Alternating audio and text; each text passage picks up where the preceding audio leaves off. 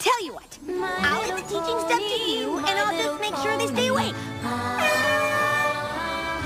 I'm pretty sure their thirst for knowledge will keep them bright-eyed and bushy-tailed. Good one, Twilight. Okay, let's get back on track. Now, you can tell me the best wing angle to achieve minimal air resistance.